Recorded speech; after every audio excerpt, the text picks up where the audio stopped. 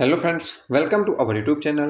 આજે મિત્રો આપણે માહિતી મેળવીશું સુરત મહાનગરપાલિકા દ્વારા ઉમેદવારને ધ્યાને લેવા જોગ એક સૂચના બહાર પાડવામાં આવી છે, જેમાં નીચે દર્શાવ્યા મુજબની કુલ 5 સંવર્ગની જગ્યા માટે ભરતી પ્રક્રિયાના ભાગરૂપે ઓનલાઈન સફળતાપૂર્વક અરજી કરેલ તેવા ઉમેદવારની લેખિત પરીક્ષા આગામી 9/8/2026ના રોજ યોજાનાર હોય, જે અન્વયે ઉમેદવારને SMS કરી સુરત મહાનગરપાલિકાની વેબસાઇટ પરથી કોલ લેટર ડાઉનલોડ કરવા માટે સૂચના આપેલ છે.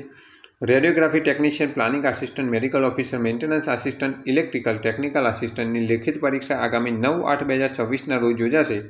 ઉપરોક્ત 5 સંવર્ગોના તમામ ઉમેદવારે સુરત મહાનગરપાલિકાની વેબસાઇટ ઉપર રિક્રુટમેન્ટ બોર્ડ પર ઓનલાઈન રિક્રુટમેન્ટ પોર્ટલમાં જઈ પોતાના લોગિન પાસવર્ડથી કોલ લેટર ડાઉનલોડ કરવાનું રહેશે.